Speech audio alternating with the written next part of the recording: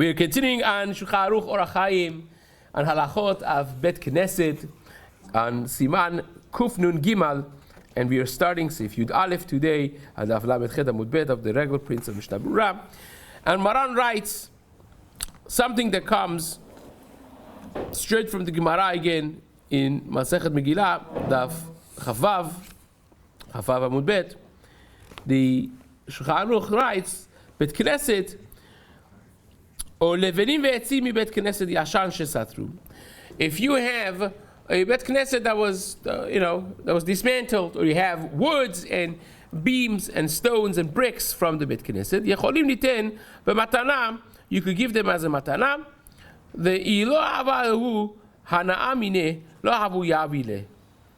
So the question over here is that if you have an old bet knesset that was dismantled, can you use those material after the Bet Knesset is taken apart?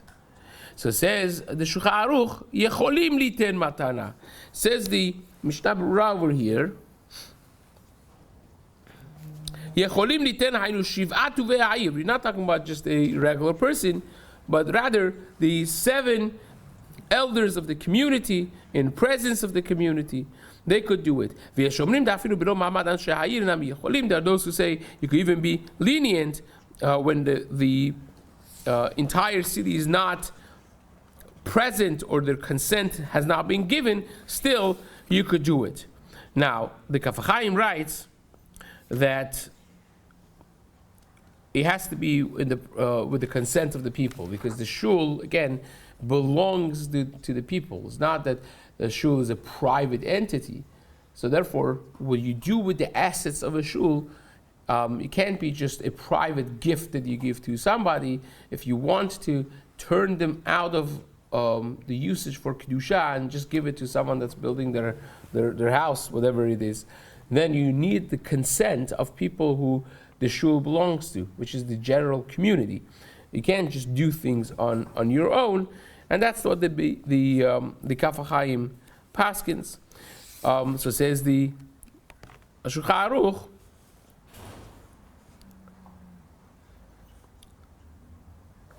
וכן יכולים להחליפם באחרים ויוצאים לחולין. And also you could exchange it with other ones. In other words, you have the beams of the shul. I say, okay, this beam, we get a new one instead of it, and this will be instead of this. This becomes now kadosh, and the other old one, now it's chulin. Now you could give it to whoever you want, because now you have a replacement that the kedusha and the value of it is exchanged with that, and that's fine as well. So it says the Shulchan Aruch, aval asur lemashkenan o lehaskiran o lehashilan. But you can't just lend them out or rent them out, the material of the shul. Afilu al yedei shivatu ve'ha'ir, even through the elders of the community, because when you lend something out that is part of the Kedusha of Bet Knesset, it can't be used for things that are not usage of Kedusha, therefore it becomes a problem. Now, of course, if they're used for the same usage, in other words, if you have an Aron Kodesh and you're renting it as an Aron Kodesh, it's going to be used for a Sefer Torah, that's fine, So it says the Shulchan Aruch, see if you'd bet, Mishyesh lo tenai im hakahal shlo yuchal livnot bet knesset ki im hu vezar'o. If a person has the zchut in a certain community that only he could build a shul or his children, eno yachol limkor zchuto la'acher. You cannot sell his zchut to anybody else. What does that mean? What does that mean? If someone has bought, let's say, a zechut to a certain mitzvah, right? So he can't just give it away, because mistabra delo hishlitu akahal alota mitzvah ela leoto ish. People have decided that this person is fit for this. He's a person that gets things done. He's a person that cares. He's honest. He's straight. He's trustworthy. And therefore, the kahal said, we want you to be doing this. You can't go give that zchut to somebody else, because who knows if the kahal would trust that somebody else. When you're involved with the communal affairs, things that need to be done in the community, you'll soon realize that not every person is fit for communal jobs. It's a very thankless job. It's a lot of pressure.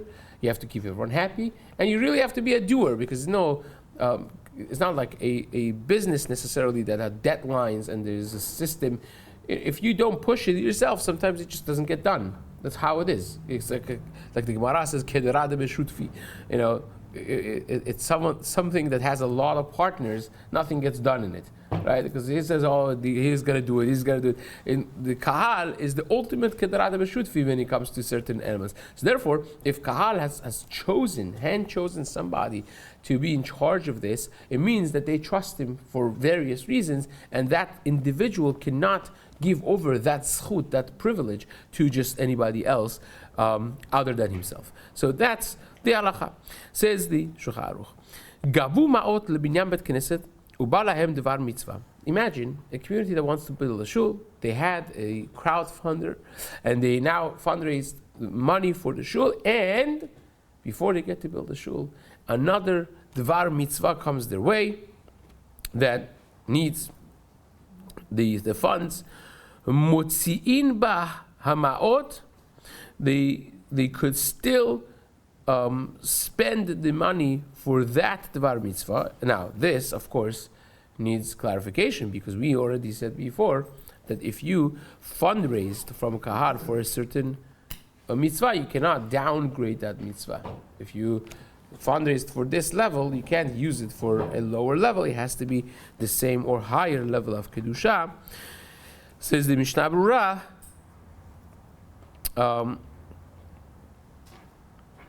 even though that tzedakah, for instance, is not more chamur than kedushat bet knesset, and Sif Hey, earlier on, we just had that when you collect money, it has to be used for that level or higher. En meshanin ela likdusha chamura.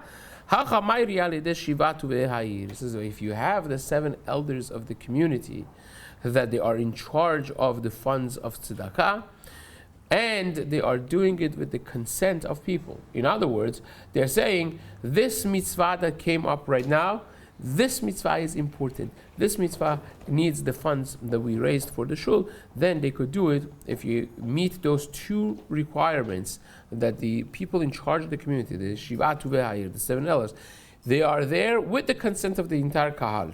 Nowadays, they can't necessarily gather everyone, but if it's known in town what they decide to do with those funds and people are okay with it, then they could change it and then be replaced afterwards for that original sorech as well. So that's the Shulchan Aruch. Now, continues the Shulchan Aruch. Kanu avanim vekorot, but if you already spend the money, right? You paid the contractor to start building the shul, they bought material, and now you want to build, and now the other need of tzedakah comes up, lo yimkerum lidvar mitzvah. You can no longer go sell those material, return them, and use the money for the dvar mitzvah. Only you could do it for pidyon shavuim. If you want to save someone's life that has been taken captive, that of course you could do, but anything short of that, if you already purchased the material, the kedusha of that money that you gathered is now effective and has taken effect, and therefore you can take these material and just lower them from their level of kedusha, even if you have the shiva tuvei ha'ir and all of those. So that's the Shulchan Aruch over here. And in banu ve'gamru lo yimkru bet knesset la yigbu lepidyon min hatzibur. But if you built the shul already, then you should not sell the shul even for pidyon. You should gather it from the tzibur. You don't go sell a bet knesset in order to do pidyon shavuim. Says the Shulchan Aruch in Sif Yudalet, Reuben Shamar karka zu ani noten libnot alea bet knesset. Imagine Reuben is a philanthropist. He is a real estate person, and he has a land. So he says, this land, I'm going to dedicate it to build a shul in the honor of my father's memory, whatever it is, right? So he donated, he said that he's going to donate this land for Bet Knesset. So says the Shulchan Aruch, ולא רצו עובדי כוכבים להניחן לבנות בית כנסת, and the goyim did not want to let the zoning happen. They said, we don't want a shul over here in our neighborhood. These things happen all the time. והקהל אומרים לבנות עליה בית תלמוד, בית לתרבות תורה. And the kahal say, well, if you can't make a beit knesset, let's make a beit midrash. Or beit Talmud Torah, for kids to come learn.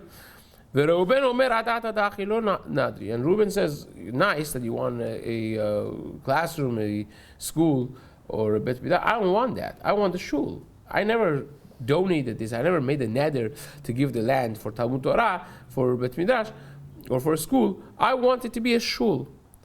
Lo matzi Reuben hadarbe.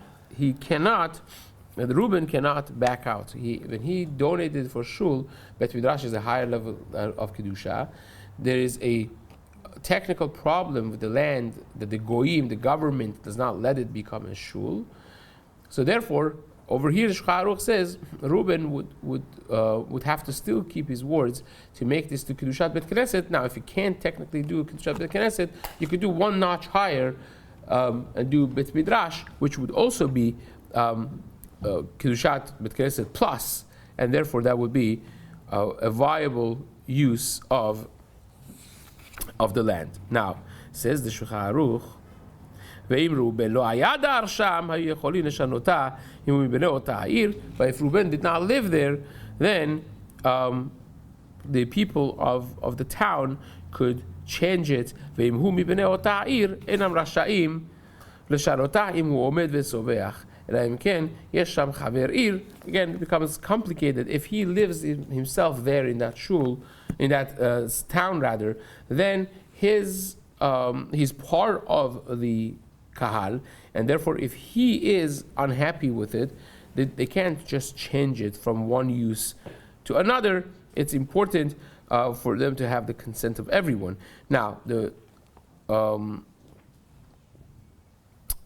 Mordechai in Masechet Megillah, Perek Dalet, writes that it's correct that they can't change it, but he also can't change his mind. He can't back out either, right? It says in Berura, מכל מקום ראובן נמי לא מציא לשנות ולמהדר, ואפילו לא מציע עתה לבנותה מפני השלטון, שמה לאחר זמן ימצאו חנינה לבנותה. So it says if he's there and he doesn't want this to become a school, so fine, he doesn't have to, but the same if he lives here, but he also can't go build an apartment building on it now that the shul doesn't work. He just has to leave it until hopefully in a few years the government, you could maybe pull some strings, maybe you could beg them, maybe the government would change, the new president would be more understanding and would allow it. Whatever it is, he cannot change from his nether either. Says the Shulchan Aruch in Sif Tetvav, אין אדם יכול לאסור חלקו מבית כנסת ולא מהספרים, ואם אסר אינו כלום. A person that has a chelek in the shul. In other words, if you had a fundraiser and you bought a Sefer Torah, right? So every person in the kahal that's participated has a chelek in the Sefer Torah. So can somebody say, I don't want my chelek to be used by anyone? Asur. It's my chelek. I paid for one parasha. I don't want anyone to. A person cannot do that, should not do that. And if he did, then it's nothing. You cannot prohibit something that is the property of the tzibur on the tzibur. You can't do that, right? And this is the takana of the Geonim. The Geonim made a takana. Because otherwise, everyone gets into the fight with Reuben. He says, Asur, I don't want Reuben to use my chelek. So therefore, you can't use my Sefer Torah. Because it's my Sefer Torah also. Imagine a community like that. Every two people who get into a fight, they will say, I don't want you to use my Sefer Torah. And then now the people cannot read the Torah in the tzibur. They can't do that, right? But it's important to note that there's a Gemara in Masechet Nedarim.